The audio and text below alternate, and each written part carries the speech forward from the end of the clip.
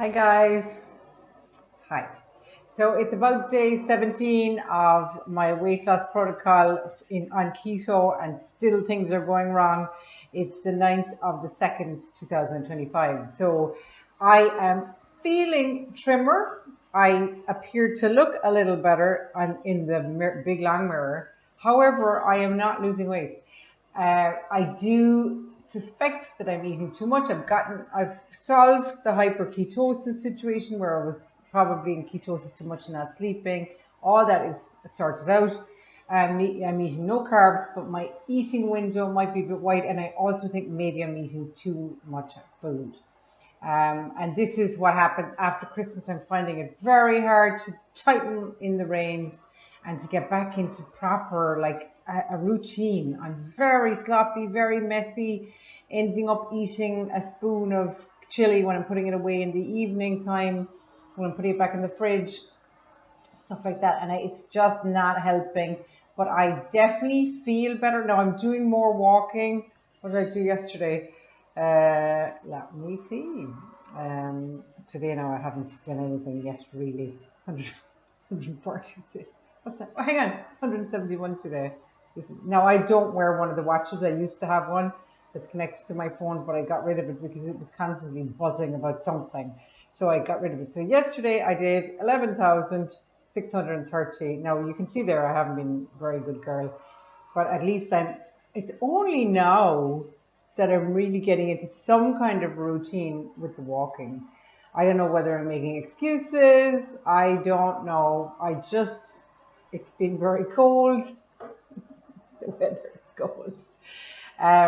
But I've been kind of sloppy and messy. Now I think it's because Christmas was so sloppy and messy, and I don't crave carbs, but I crave the luxury of having the bottle of wine at the weekends. It's almost, even though it was only a few weeks, it's almost like you get back into a pattern of drinking the wine, having the carbs at the weekend, having the crisps, having the chocolate, whatever. So I think my brain is fighting like mad.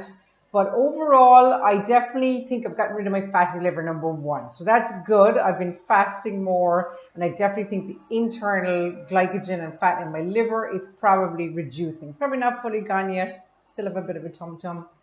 But overall, I'm happy. I feel great. It took about, first week, like I said, I lost 4 pounds. Second week, nothing.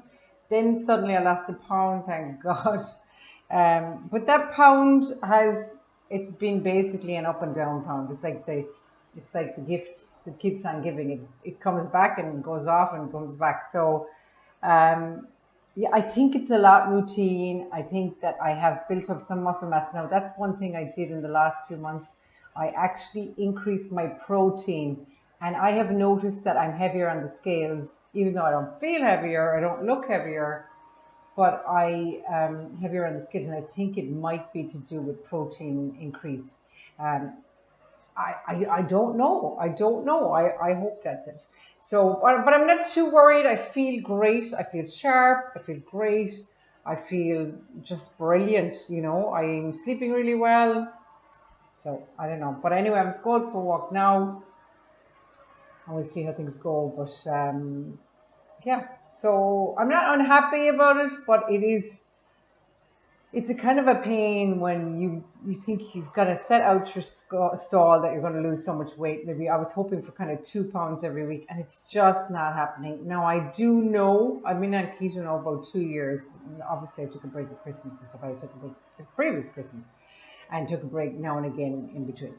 So I think that your body, I've really said this loads of times, your body gets very clever, very efficient. Like we all wonder how people survive out in the woods for 20, 30, 40, 50, 60 days. And there was a guy, I can't remember his name now, but he did a 387 day fast. Now he ended up dying young. Now, I believe that he had done organ damage, that he was medically supervised. He's in the Guinness Book of Records for the longest ever fast.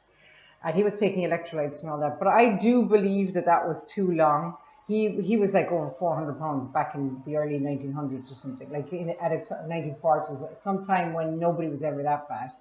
Um, but I think he was about 51 when he died. Like, I do think that he had done some damage to his organs, but you can't do that much fasting. Like, that's ridiculous.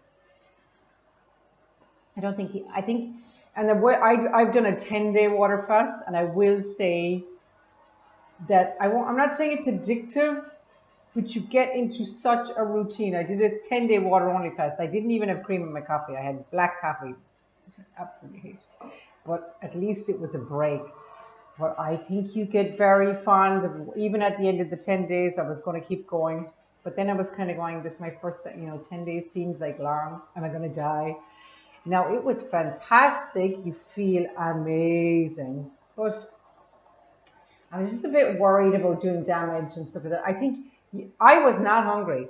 Once kind of day 3 came, I was not hungry. Now, I had plenty body fat, but and I was slimmer than I am now, but I was not hungry. But honestly, you would wonder, like, about fasting becomes kind of addictive. And so I think you can fasting is the best. If I was to say one thing that you should do ever, apart from changing your diet, let's say you're eating carbs, I don't care, fast. If you want to prevent illness, if I was back before my father died from cancer, if I knew then what I know now, I would have told him to fast. Stop. He was eating regularly, and they thought that was the right thing to do. Obviously, I mean, I, I would have put him on supplements, and I would have told him to fast and to get the carbs every meal. All of us, I was the same. Every meal is with carbs, whereas I don't have any carbs with my meals. Now I had some Brussels sprouts. That's considered to be a carb, but that carb has so much fiber that it's considered in keto to be net zero, even though it might not necessarily be net zero, but in general, it doesn't spike your insulin. So the whole thing about ketogenic diet is to control your insulin. Insulin, if you read Dr. Fung's book and Dr. Seyfried's research and a whole lot of other doctors, insulin is the key to preventing mitochondrial damage. Your mitochondria is the workhorse of your cell, each of your cells, and your mitochondria over time gets damaged. Of course, aging, whatever. But when you eat carbs, it gets damaged much more rapidly. We eat carbs morning, noon, and night. Morning, at least 5 times a day, if not 8 times a day, if not 15 times a day. Even one crisp, one biscuit.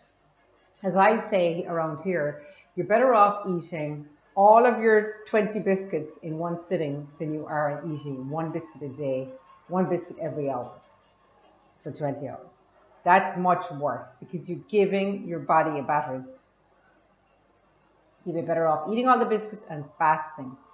So if I was to say one thing, I would say fasting. And I do feel very happy that I've been fasting. I did a 36-hour fast last week and I still didn't shift the weight, but I do kind of feel like my muscle mass has increased. Anyway, look, maybe it's my brain. Maybe my brain is bigger. I'll talk to you soon. I'll keep you updated. I'm not going to give my weight because it's just the flip and say, take care. Bye.